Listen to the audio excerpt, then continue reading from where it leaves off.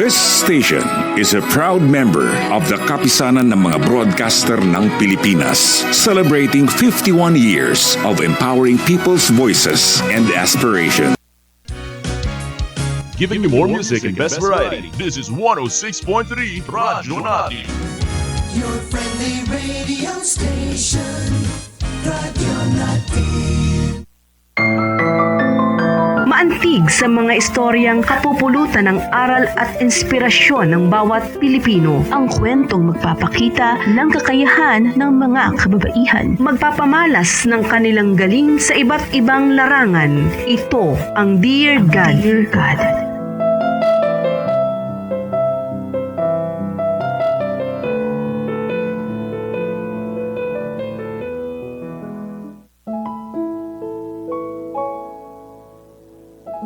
Dear God, isang mapagpalang araw sa lahat ng iyong tagapakinig. Tawagin niyo na lamang po akong Cora, 53 years old. Kasalukuyang nagbabantay sa aming munting tindahan habang inaalagaan ang aking cute at masiglang apo. Isa akong simpleng ina. Walang mataas na pinag-aralan, walang marangyang pamumuhay, pero puno ng pagmamahal at pagkalinga para sa aking pamilya. Ang kwentong nais kong ibahagi ay kwento ng aking anak na si Nicole. Si Nicole ay pinanganak na may kapansanan, bulag simula pagkasilang. Wala po kaming sapat na pera noon para ipasuri siya sa espesyalista. At bilang isang ina, sobrang sakit sa akin na wala akong magawa, kundi tanggapin na lang ang kanyang kalagayan. Pero kahit ganon, hindi ko hinayaang maging hadlang ang kanyang kapansanan sa paglaki niya.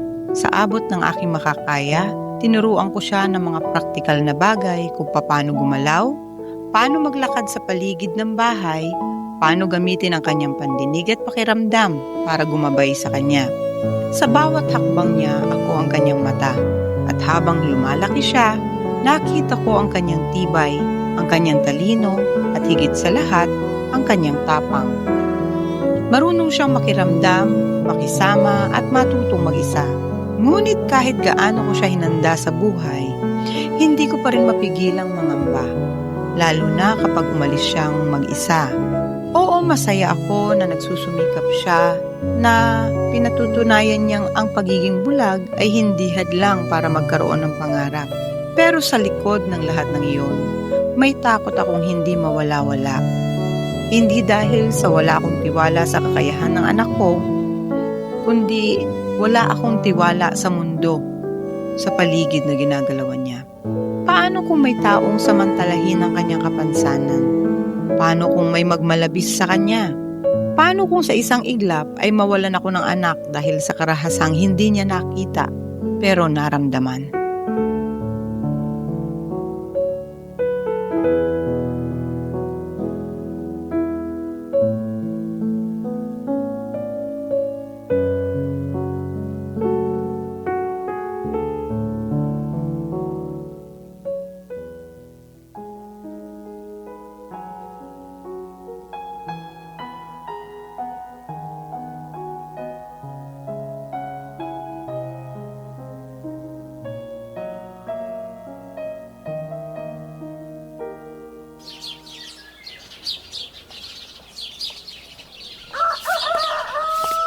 Nicole? Anak, nasan ka? Nay, nandito po ako sa may bakura natin. Naku naman anak, anong ginagawa mo dyan? Di ba sabi ko sa'yo, ako na magbubunot ng mga damo. Dito ka na nga lang sa loob ng bahay. Okay lang po, Nay. Nakakapako naman kahit papaano yung mga damong dapat bunutin. Pinahihirapan mo lang ang sarili mo eh. Halika na nga, pumasok ka na't nang makapag-almusal ka na lang. Baka madapa ka pa dyan eh. Kaya ko naman po, Nay. Kaysa naman po maghapon akong walang ginagawa. At least man lang, may naitutulong ako sa inyo. Anak naman, alam mong delikado diba? Hindi kita pinagbabawalan dahil iniisip kong mahina ka. Kundi dahil nag-aalala ako sa'yo bilang nanay mo. Naiintindihan ko po, Nay. Pero sana po maintindihan niyo rin ako. Kahit po bulag ako, hindi ibig sabihin na wala akong silbi. Gusto ko rin pong maramdaman na may kaya akong gawin. Na kaya kong tumayo sa sarili kong paa. Hindi mo alam kasi kung gaano kasakit sa isang ina na makita kitang ganyan, anak. Alam mo, sa tuwing umalis ka ng bahay, parang may maliit na tinik sa puso ko eh. Lalo na ngayong sinabi mong nakahanap ka na ng trabaho sa bayan. Anak, huwag ka na kayang magtrabaho doon. Dito ka na lang kaya sa bahay. Dito ka na lang kay nanay oh. Opo, Nay. Natanggap ako bilang isang massage therapist. Lunes na po ang simula ko. Doon sa wellness center malapit sa palengke. Anak, paano yan? Pang-umaga ang trabaho ko sa palengke eh. Wala ako para ihatid ka. Paano kung may masamang mangyari sa'yo sa daan? Nay, ilang taon na po tayong pabalik-balik sa bayan. Kabisado ko na po ang bawat lubak, bawat liko ng daan. May gamit naman po akong tungkod. At may mga taong handang tumulong sa akin kapag kinakailangan. Hindi sa wala akong tiwala sa iyo, anak. Alam kong matalino ka, matapang. Pero sa mundo natin ngayon, minsan hindi sapat yun eh. Kasi may mga taong, alam mo na, hindi lahat mabuti. Ay, salamat po sa pagmamahal at pag-aalala. Pero kailangan ko pong gawin ito. Hindi lang para patunayan sa iba na kaya ko, kundi para may mapatunayan din ako sa sarili ko. Gusto kong makatulong sa inyo, Nay. Gusto kong makapag-ipon, makapagbigay ng konting ginhawa sa ating buhay. Alam mo anak, hindi mo naman kailangan patunayan sa sarili mo sa akin eh. Pero kung ito talaga ang gusto mo, sige, susuportahan kita. Kahit na nangangamba ako eh. Basta pangako mo sa akin, mag-iingat ka dun palagi ha. Huwag kang mahiyang humingi ng tulong kung kinakailangan, Nicole ha. Pangako, Nay. Mag-iingat po ako. Hindi ko po kayo bibiguin. Sige na nga. Halika na, pumasok na tayo sa loob. Para makapag-almusal ka na. Kasi kailangan mo ng lakas. At sa Lunes, sabay tayong pupunta sa bayan. Kahit mahuli ako sa trabaho, gusto ko pa rin ihatid ka sa unang araw mo. Salamat po, Nay. Sige po, pasok na po tayo para makapag-almusal na.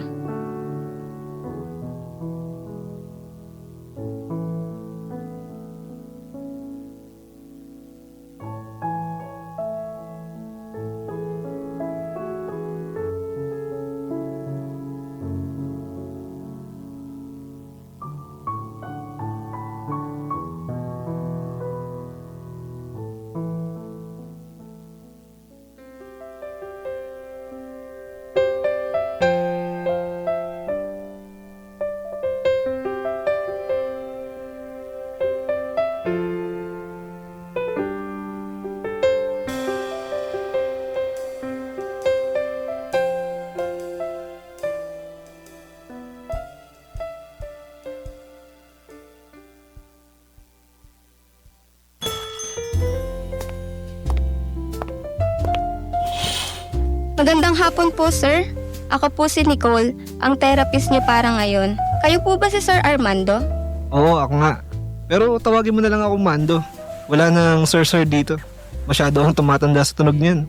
Halos hindi naman nagkakala yung edad natin. Nicole, tama? Sige po, Mando. Maupo po kayo muna at ipe-prepare ko lang po ang mga gagamitin ko. Bago ka lang ba dito? Matagal na kasi ako nagpapamassage pero ngayon lang kita nakita. Opo sir. Kaka-start ko lang po kahapon. Pasensya na po kayo, medyo nag-a-adjust pa po ako. Okay. Walang problema sa akin. I-prepare mo na mga kailangan mo. Hindi naman ako nagmamadali. Tsaka masarap ka naman kakwentuhan. Salamat po sir. Oh, ayan ka na naman. Sabi ko nang walang sir eh. Ay, pasensya na po. By the way, ilang taon ka na ba, Nicole? 25 po. Nag-aaral ka pa ba?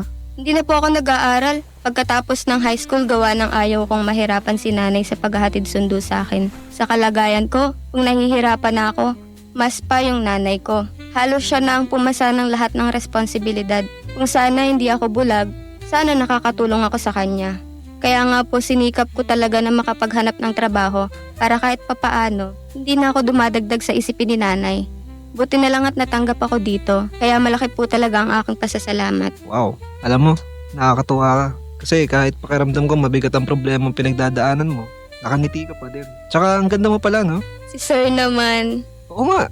Pero biro, mas lalo kang gumaganda kapag ngumingiti. Teka, may boyfriend ka na ba? Wala po. Tsaka wala pa po sa isip ko ang mag-boyfriend. Sa lagay ko pong ito, sino bang magkakagusto sa akin? Okay na po ako na trabaho at pamilya lang ang iniisip ko. Doon na lang po ituon ng oras kaysa sa pagbo-boyfriend na yan.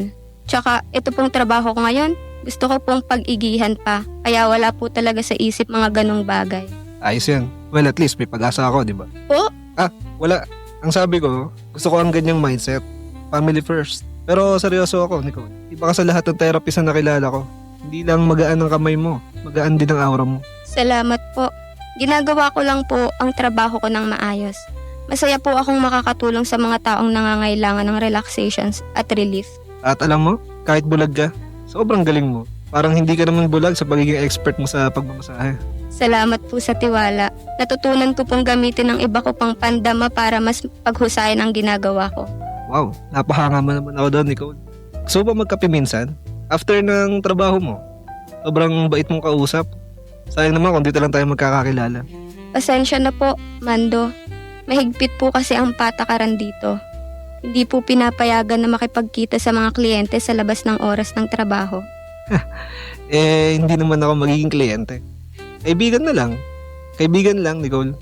Wala namang masama doon, di ba?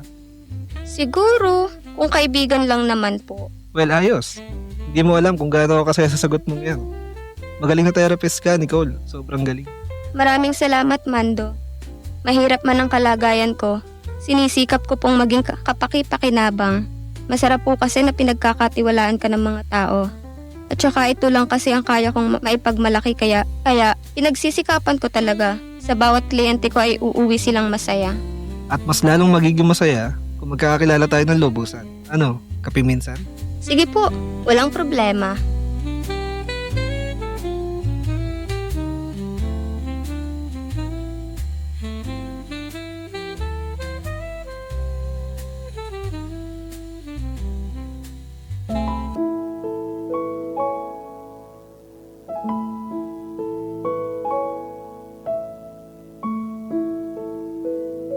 Simula nang magkakilala sila ni Mando, may kakaibang pagbabago akong napansin sa aking anak, dear God.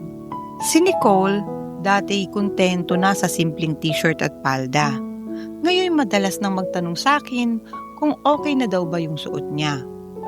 Sa unay nagulat ako, pero habang lumilipas ang mga araw, napagtanto kong unti-unti nang umiibig ang aking anak. At bilang isang ina, hindi ko maipaliwanag ang saya na makita siyang inspiradong gumising tuwing umaga, laging may ngiti, laging masigla. Sa kabila ng kanyang kapansanan, ramdam ko ang kakaibang liwanag na dulot ni Mando sa kanya. Pero sa kabila ng ngiti sa kanyang mga labi, hindi ko maialis ang pangamba sa puso ko. Iba ang kutob ko kay Mando. Oo, maayos siya kung titingnan. Magalang, palakaibigan. Laging may dalang tinapay o tsokolate para sa amin. Ngunit sa bawat kilos at salita niya ay may kung anong hindi totoo.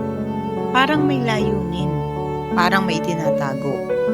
At alam ko na kapag lumalim pa ang ugnayan nila, mas lalong mahihirapan ako na ilayo sa kanya ang aking anak, ang aking buhay.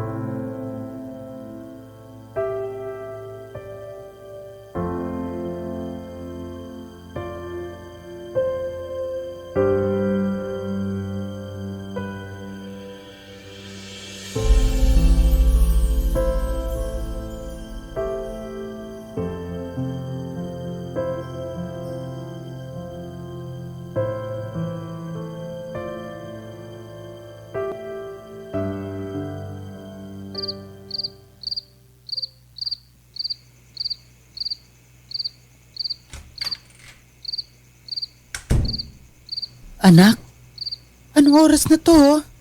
Kanina pa kita hinihintay. Hindi ka man lang nagpaalam na gagabihin ka pala. Nay, kasama ko po si Mando. Nag-dinner po kami sa may plaza. Napasarap lang po ang kwentuhan namin. Nicole, ilang beses ko na bang sinasabi sa'yo? Hindi kasi ako kampante sa lalaking yan eh. Parang may mali. Parang hindi totoo ang mga sinasabi niya sa'yo. Nay, bakit naman po kayo ganyan kay Mando? Wala pa noong una, mabait siya sa akin. Maalaga. Ipinadama niya sa akin na mahalaga ako. Na kaya kong mahalin kahit ganto ako. Yun na nga anak eh. Masyado siyang magaling magsalita. Para bang binobola ka lang ah. Wala akong nakikitang totoo. Sa mga kilos niya, puro papuri, puro lambing. Pero sa likod ng ngiti niya, para bang may gusto lang siyang makuha sa'yo eh. Hindi niyo po siya kilala, Nay. Bakit po kayo ganyan? Dahil babulag ako? Iniisip niyong wala nang ibang pwedeng magmahal sa akin? Na lahat ng lalapit ay may masamang balak? Hindi anak eh. Hindi. Hindi dahil sa bulag ka. Alam mo Nicole, anak kita eh. Kung di dahil sa sobrang pagmamahal mo, hindi mo nakikita yung mga bagay na ikapapahamak mo. Wala kang ang mata anak. Kaya sana gamitin mo naman ang pandama mo. Yung pakiramdam mo. Ako ang ina mo Nicole. Ramdam ko kapag may hindi tama. At ramdam ko rin na ginagamit ka lang ni Mando. Hindi totoo yan, Nay. Si Mando lang ang taong naniniwala sa akin. Sa mundo na paulit-ulit akong tinatanggihan, siya lang ang nagsabing karapat-dapat pa akong mahalin. At ngayon, kayo? Kayo pa mismo ang nagsabi na mali ang taong yon? Hindi niyo ba nakikita kung gaano ako kasaya sa kanya ha, Nay? Anak, ang kaligayahan na may kasamang pagdududa, hindi tunay na ligaya yun. Alam ko, masakit marinig ang sinabi ko sa iyo anak. Pero ang mas masakit anak, yung makita kitang masaktan sa huli. Nay, buhay ko to. Hindi ko naman po hinihingi na sang-ayunan niyo siya. Pero sana kahit minsan, suportahan niyo po ang desisyon ko. Kasi sa totoo lang po, hindi ako sigurado kung may ibang lalaking magmamahal sa akin tulad ni Mando. Alam mo anak, hindi mo kailangang hanapin ang halaga mo sa pagmamahal ng iba. Sa mata ko, buo ka. Kumpleto. Nicole, hindi mo kailangan ng lalaking hindi makita yung intensyon. Pero kung yan ang gusto mo, sige, hindi kita pipilitin. Pero anak, basta tandaan mo kapag dumating ang araw na bumalik ka, kahit wasak ka, kahit sugatan ka, andito lang ako bilang ina mo. Hindi ko ipipikit yung mga mata ko.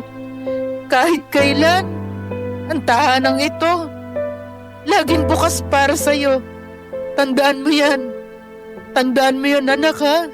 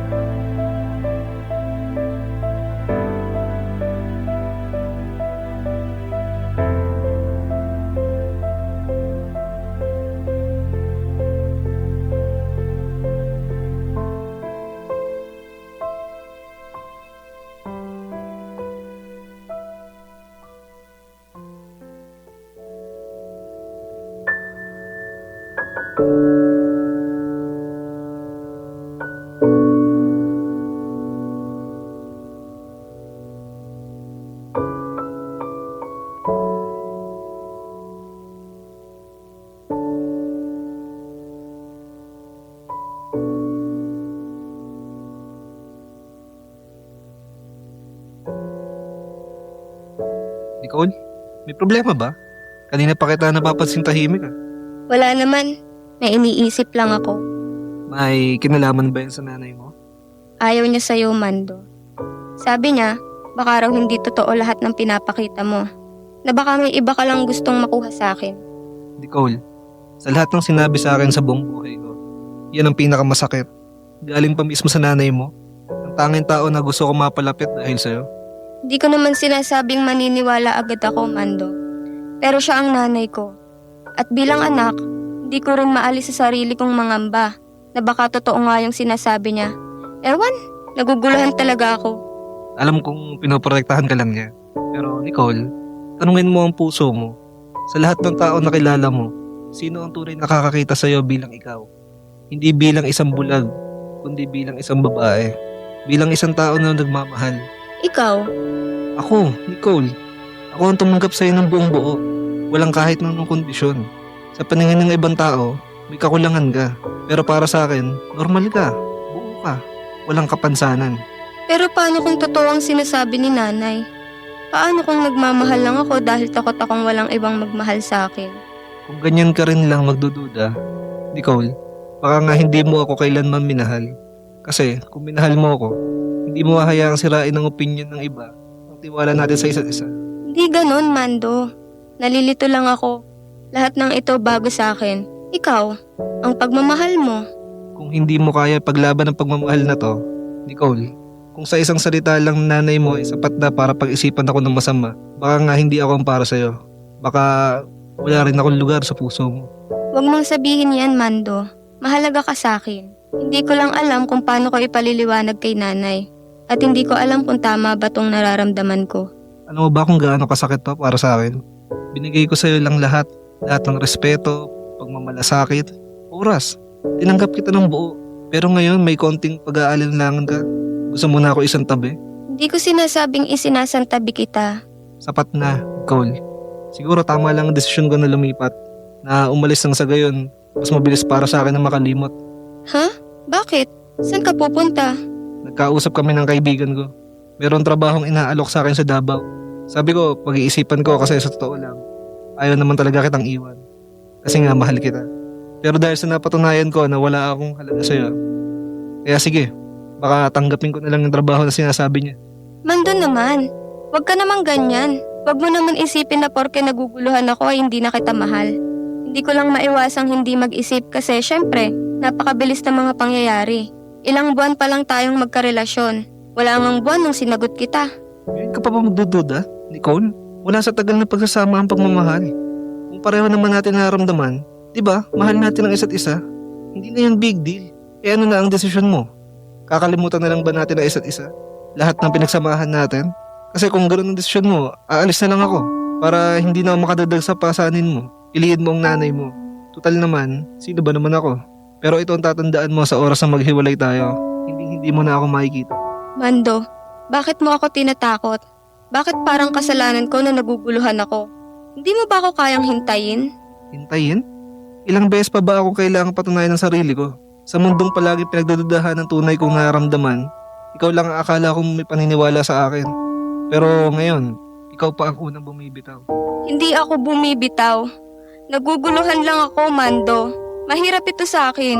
Ang puso ko, gustong sumama sa'yo. Pero ang isip ko, puno ng tinig ni nanay. Kung totoo ang nararamdaman mo sa akin, hanapin mo ako. Pero kung hindi mo ako pipigilan ngayon, ito na ang huli nating gabi. Mando!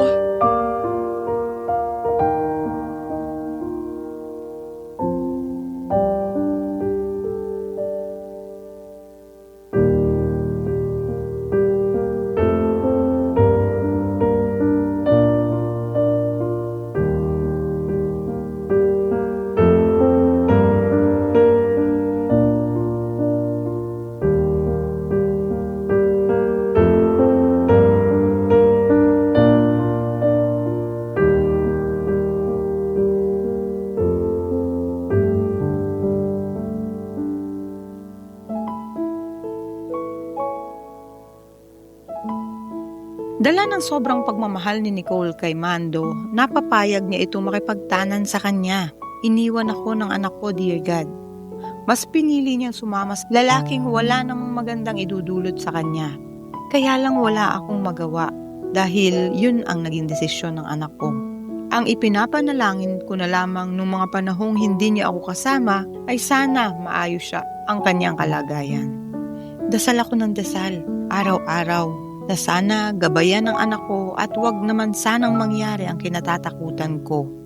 Na dumating sa punto na aabusuhin lang ang anak ko dahil sa kanyang kapansanan. Subalit bigla na lang akong nanghina nung makatanggap ako ng tawag mula mismo sa aking anak na si Nicole, ang aking kaawa-awang anak.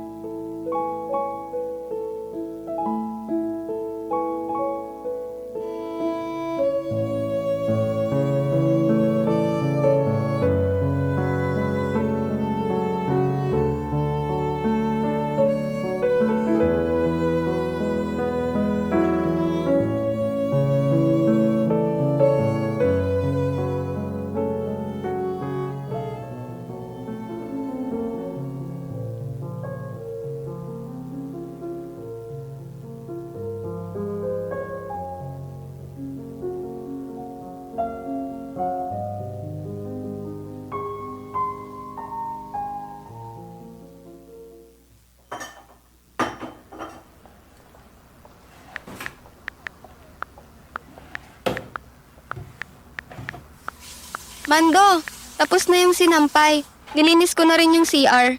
Magluluto lang ako ng hapunan natin ha. Gusto mo ba ng sinigang? Oo, bahala ka na. Basta siguraduhin mo malambot yung baboy. Opo, mahal. Saglit lang naman ito. Tapos maghuhugas pa ako ng mga pinagkainan kahapon. Alam mo, swerte talaga ako sa'yo. Para akong may all-in-one na asawa, katulong at stress reliever. Mahal, kahit ganito ako, masaya akong nakakatulong. Basta kasama kita, sapat na yun sa akin. Siglit lang, natawag si Erwin. O tol, tara dito mamaya. Oo, magiinom tayo. Libre na ang pulutan, may magluluto pa. May reward din ako sa yung good vibes. Ano, G? Mando, may bisita ba tayo mamaya? Para makapagdagdag ako ng isa saing. Si Erwin. Matagal na namin plano to. Okay lang ba? Dito sana kami magiinom para iwas gastos na. Sige. Anong gusto niyong ihanda akong pulutan? Bibili ako sa palengke. Kahit ano, basta masarap. Adobong manok siguro, pritong lumpia, tsaka bumili ka na rin sa kanto ng barbecue at isaw. Pero magluto ka pa din ng sinigang. Alam mo naman na favorite ko yun. Sige, asikasuhin ko. Mga anong oras daw pupunta? Mga bandang alas 8. Dapat alas 7 tapos ka na magluto ha. Tsaka nga pala, maligo ka mamaya pagkatapos magluto ha. Para mabango ka mamaya. Alam mo naman na gusto lagi ka mabango. Para may laban mamaya. Oo, sige. Aalis na ako para makabalik din agad ako.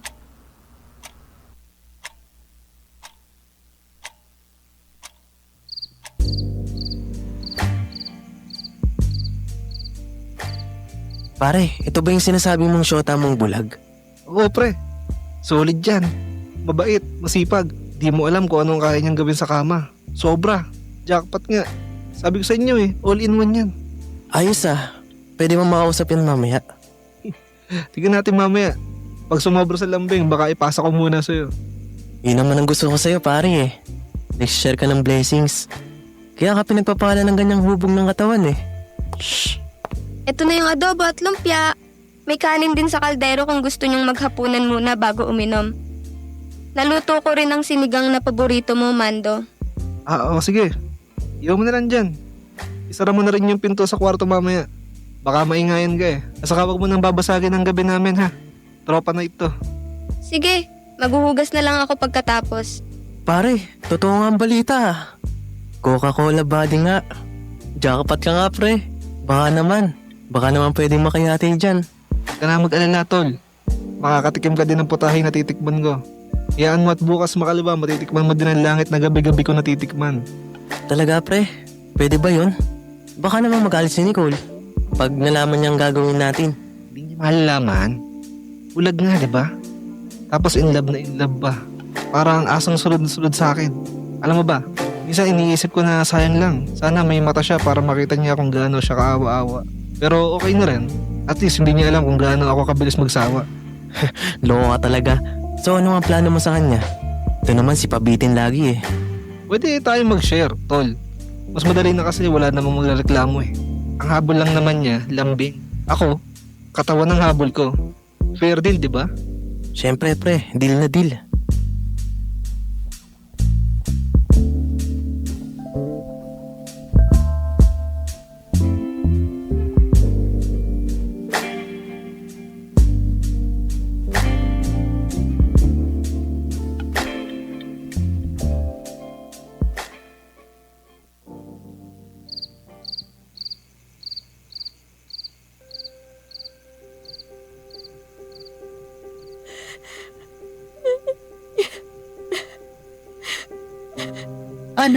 Anak ko!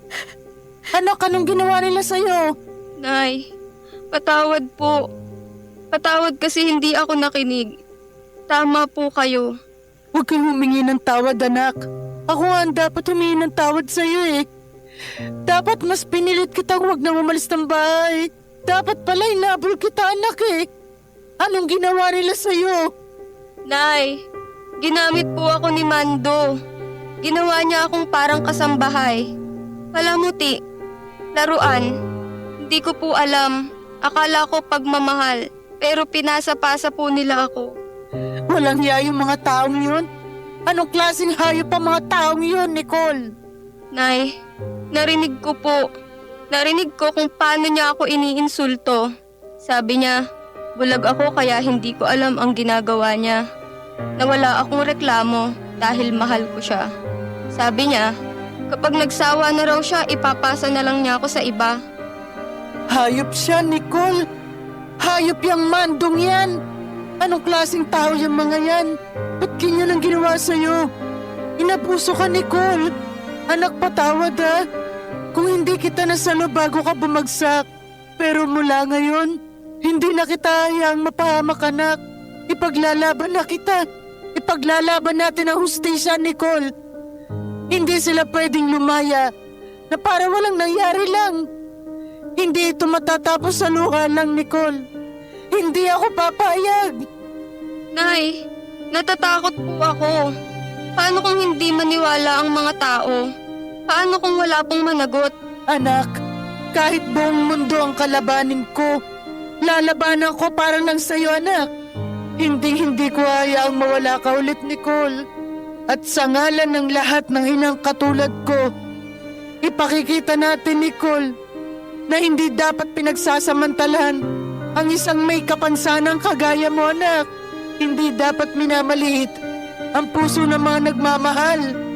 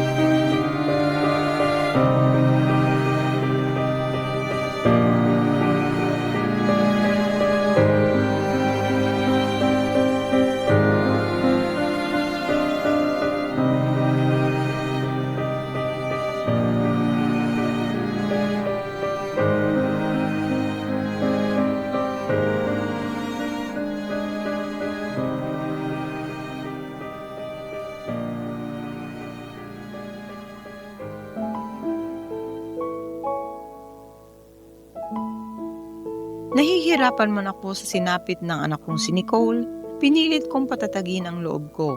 Dahil alam kong sa mundong puno ng panlilinlang at pang-aabuso, ako lang ang masasandalan niya. Ako lang ang ina na kailan may hindi tatalikod, kahit ilang ulit pa akong masaktan.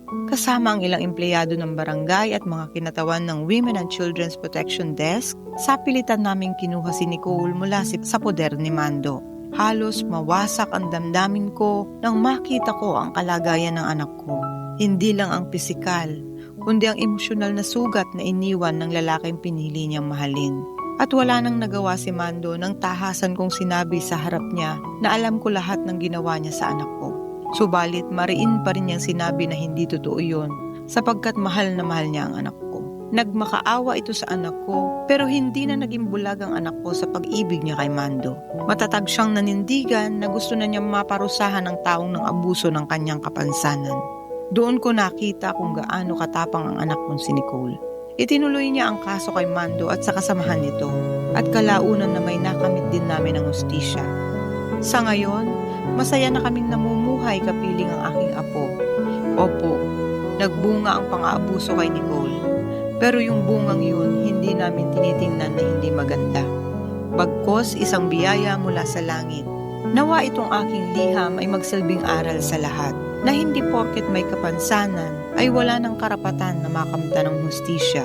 Ang pagiging bulag ay hindi hadlang para hindi makita ang katotohanan. Maraming salamat sa pagbasa ng aking liham. Nagmamahal, Cora. At yan nga po ang isang espesyal na kwento ng pag-ibig, sakripisyo at tagumpay ng isang ina ang ating itinampok dito po sa Dear God. Yan po ang kwento ni Cora, isang ina na walang ibang sandata kundi ang tibay ng puso, at ang kanyang anak na si Nicole na bagamat bulag ay hindi kirinman nawala ng liwanag sa kanyang pangarap. Mga kalambenyo at kalambenya, dito po sa Dear God matutunghayan po natin ang iba't ibang kwento na hango sa totoong buhay dito sa ating lipunan, partikular po sa lungsod ng Calamba. Ito po ang programang magmumulat sa ating kaisipan at maging daan para maipakita ang kwento ng mga kababaihan sa iba't ibang larangan. Sa umagang ito, isa na namang kwento ng kababaihan ang ating nasaksihan. Ang kwentong ito ay kwento ng libo-libong ina sa ating lipunan. Mga inang handang isakripisyo ang lahat, kahit ang sarili nilang pangarap, para lang sa kinabukasan ng kanilang anak. At kailanman ay hindi hadlang ang kapansanan para diktahan o limitahan ang iyong kakayanan. Sa atin po mga masugid na listeners and viewers dyan, maaari po kayo mag-comment sa ating Facebook Live sa Gender and Development page o kaya naman po ay tumawag sa number na 0918-409-5298 o kaya naman po sa aming landline na 545-6789 local 1051. At sa mga nais naman po magbahagi ng kanilang mga kwento, maaari po kayong mag-email sa godcalambacity@gmail.com o kaya naman ay mag-message sa aming page para makapanayam po namin kayo. Ayan, so isang magandang umaga po sa ating po mga listeners and mga viewers po sa ating Facebook Live. Magandang umaga po, Sir Adrian. Si Sir Adrian po ang ating kasama ngayon. Tayo pong dalawa pala ang magkasama ngayon pong oras na ito, ngayon pong tanghaling ito. So, nakita po natin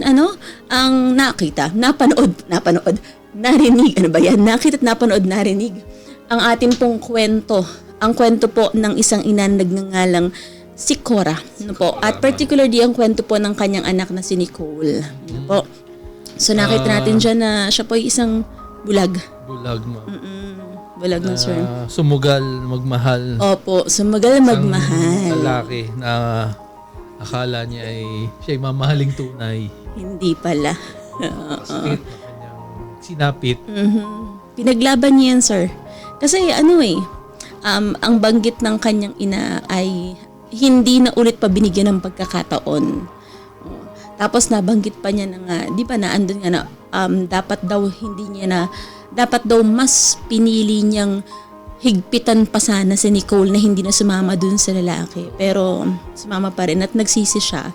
And at the end of the story naman po, nakita rin po ni Nicole yung ginagawa sa kanyang hindi maganda. Nagkaroon ng realization. Tama na napatunayan niya na hindi tunay na pagmamahal. Opo.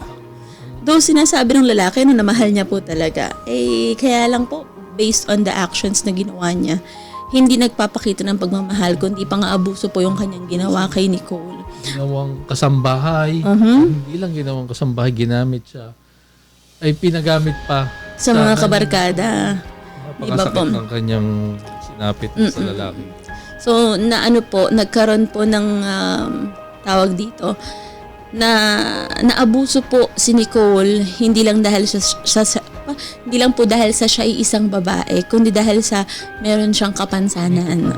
May kapansanan po siya. Meron po siyang diferensya sa mata. Siya po ay isang bulag po. Pero, gayon pa man po ang nangyari kay Nicole ay nasolusyon naman po, nagkaroon naman po siya ng pagkakataon na makaahon sa nangyari sa kanya. Nabigyan ng hustisya, yun pong nangyari sa kanya, na ilayo siya pala dun sa lalaki. Opo. At tinulungan siya ng barangay. Tinulungan po siya ng barangay. Baudes. Sa tulong nila na sundo kanyang ina, si Nicole. Si Nicole. At ngayon po ay hindi na po siya pinilit ng nanay na umalis. Hindi. Talagang siya na ang kusang loob. Sumama na siya. Nakakita na siya ng liwanag kahit na siya po ay bulag. Oo. Yun po. So, ang kwento po ay medyo masakit sa dibdib. Pero maganda naman po ang kinalabasan. At least nagkaroon po ng realization yung tao. And nagbunga rin po. Sabi dito, nagbunga yung kanila pong, yung ginawa sa kanyang hindi maganda. Pero inari po nilang blessing yung bata. Oo. Napakaganda ng ending ng storya natin. Na nanggaling sa isang masamang pangyayari, ay sa huli, mayroong biyaya na ibinigay sa kanila. Apo. Yan. So, bakit nga po ba, sir, tayo ay merong gantong storya ngayon pong tanghaling ito. Tingnan po natin kasi po ngayon po palang linggong ito, ginugunita po natin ang National Disability Rights Week. Ayan. So ginaganap po ito mula Hulyo 17 hanggang 23 po, July 17 to 23, 2025. Alinsunod po ito sa Proclamation Number 597 ng Pangulo ng Pilipinas. Isang mahalagang paalaala ng mga taong may kapansanan ay hindi dapat ituring na iba o kulang. Sila ay may pantay na karapatan, dignidad at kakayahang makilahok sa buhay ng lipunan. Diba po, sa ilalim ng batas, gaya ng Magna Carta for Persons with Disability or RA 7277 at Magna Carta of Women, RA 9710, malinaw na nakasaad, ang may kapansanan po ay may karapatang mabuhay ng malaya, ligtas at may pag-asa. Kaya yan ang ating kwento ngayon pong tanghaling ito. Kasi yun pala yung sineselebrate po natin. Po. Ang ating ginugunita pala, National Disability Rights Week. Ginugunita po natin yan. Na ang atin po mga kababayan po, mga kamag-anak, kaibigan na may kapansanan ay dapat hindi ituring na iba. Po, sila po ay may pantay na karapatan katulad ng mga walang kapansanan. Po, yan. Ito sineselebrate hindi lang ng local, pati ng lahat, national. May mga nakita akong libreng sakay sa mga national agency o transportation agency, kaya nakakatuwang isipin na buti ngayong ating kapanahonang ito ay ginugunita at bibigyang halaga. Opo. Hindi po sila nadidiscriminate na. Iniiwasan na po pala yung pagdidiscriminate sa kanila. Ayan. Mahirap. Ibiro nyo ma'am, nung unang panahon yun na lang mga accessibility nila sa lugar, sa sakayan, sa mga buildings, sa mga eskwelahan. Di ba ma'am? Talaga namang, meron kasi akong kaklase ma'am nung elementary na nagka-polio siya. Apo. Oo. So, disabled yung kanyang lower part.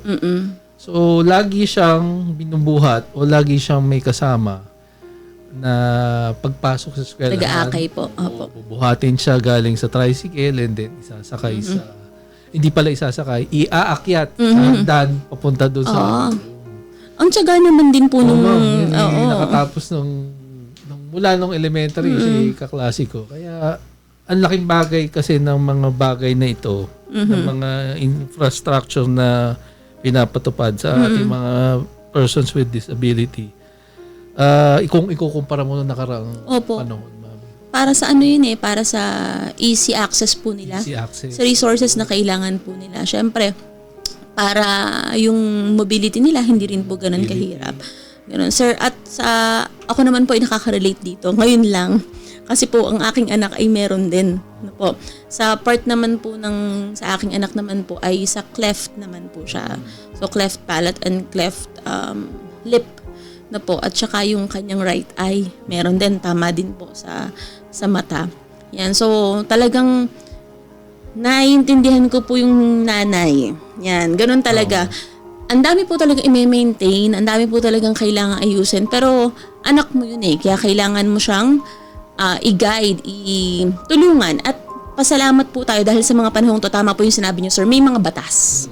May mga batas na po tayo. Meron na pong tumutulong, hindi lang po dun sa pamilya, tumutulong na rin po dun sa lahat ng meron pong disabilities para po maging easier yung life for them. Yan. Kahit paano hindi sila mahirapan. Yes, tama po yun. Tama.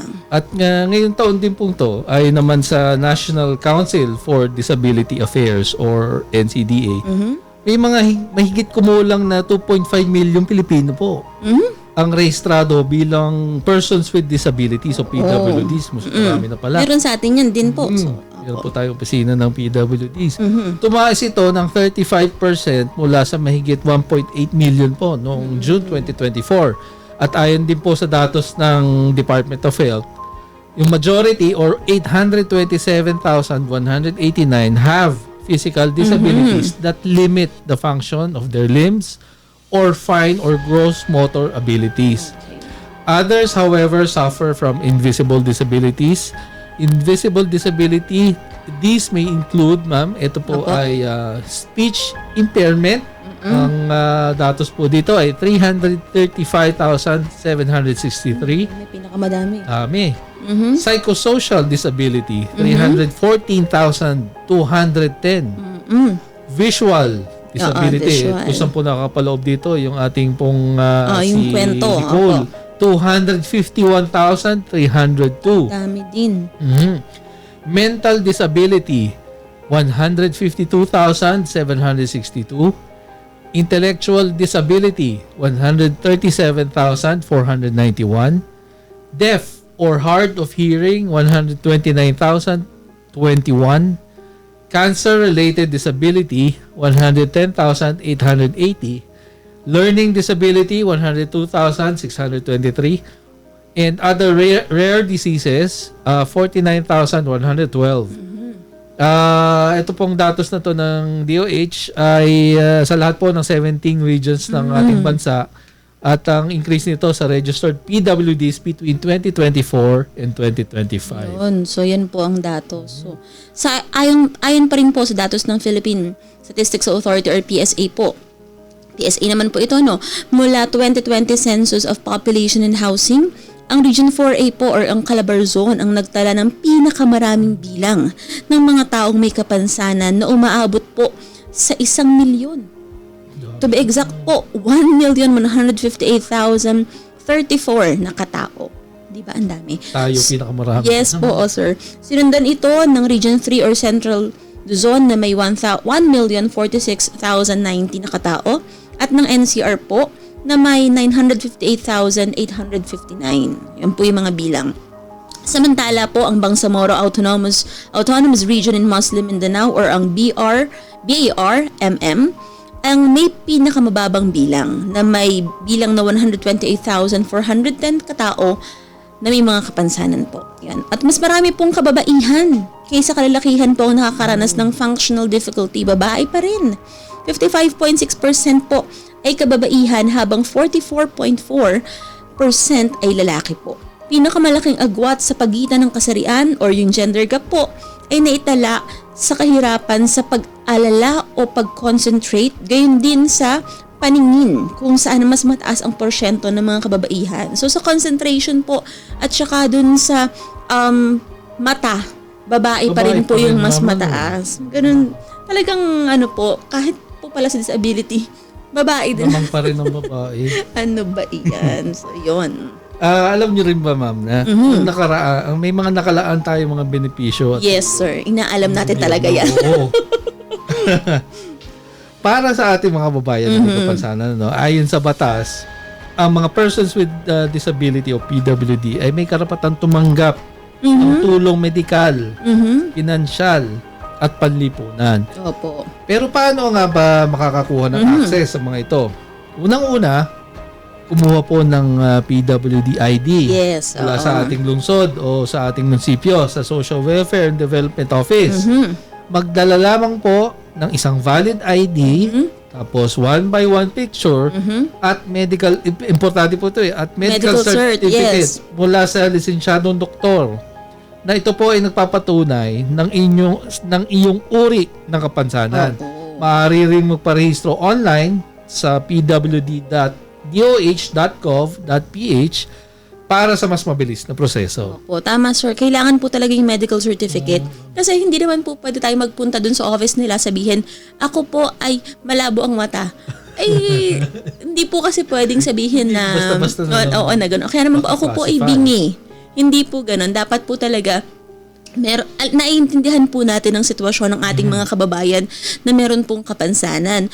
Pero hindi po natin tinotolerate kasi minsan po meron pong inaabuso yung pong rights ng ating mga kababayan na may kapansanan. Minsan may nagpapanggap po kasi. Kaya po bawal po talaga na walang medical cert. Pinepeke pati ma'am ang PWD ID sa mga restaurants. Dahil sa percentage po kasi ng off.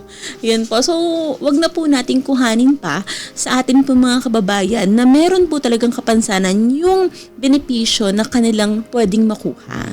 No po, eto po, nabanggit na po kanina Sir Adrian kung ano po yung mga dapat nating gawin para po makakuha tayo ng PWD ID. No po, so sa atin pong City Hall, pwede po tayong pumunta kasi malaking alawan po ito.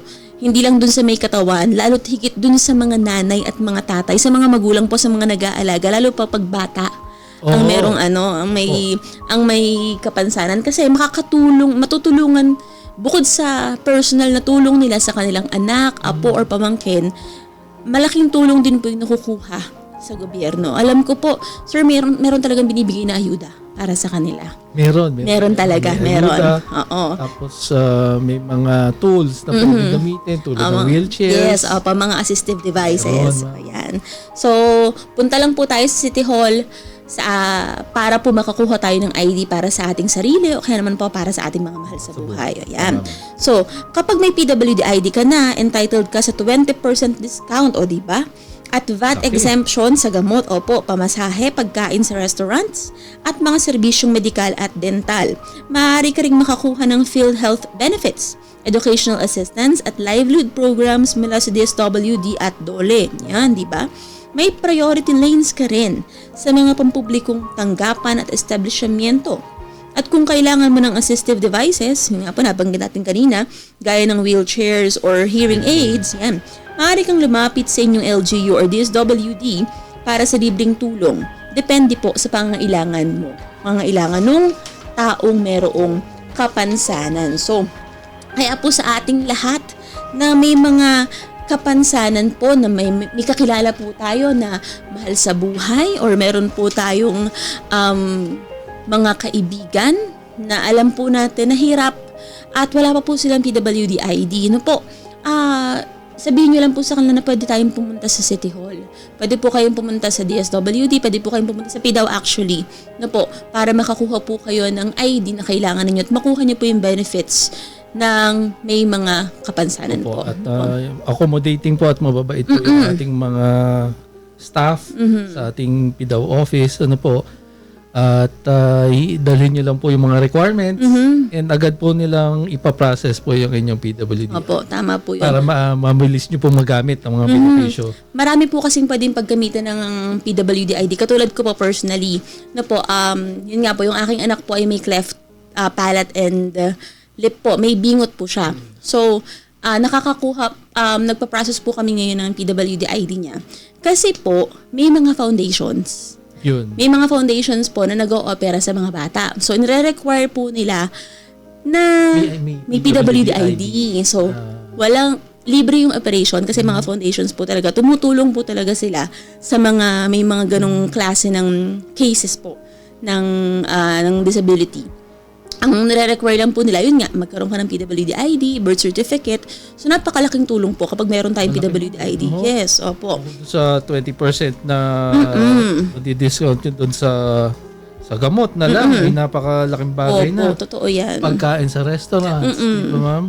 Minsan parang ayaw mong matuwa, pero minsan nakakagalak din. Kasi meron kang, at least merong, ang tawag sa ganyan. Anong tawag ba sa ganun?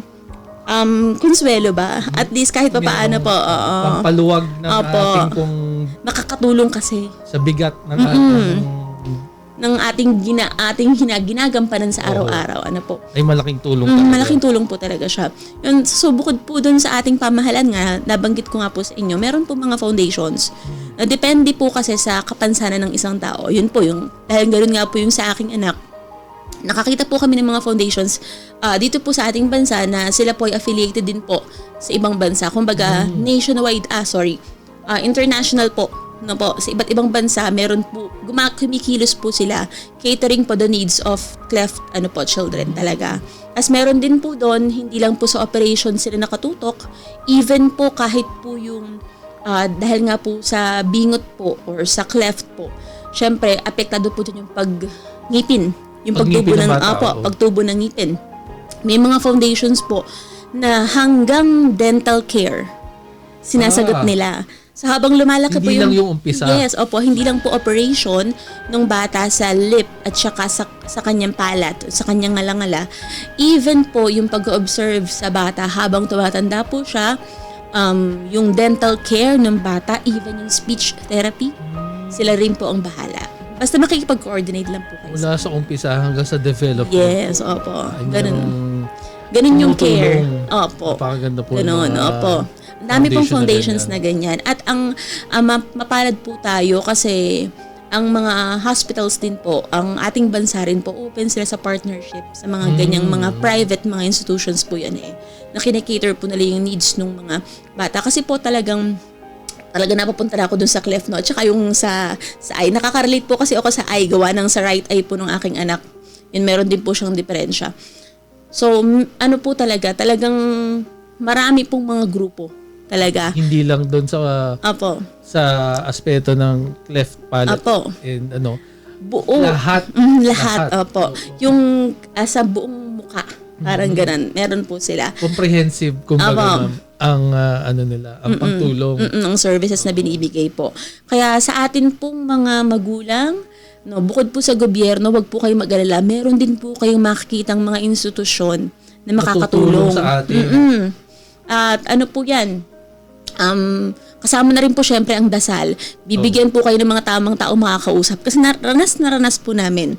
Makakausap nyo, ay, hindi mo akalain na makakausap mo siya sa gantong lugar na makakatulong pala sa'yo. Yan, so ayoko magdiretso sir, baka maiyak na ako.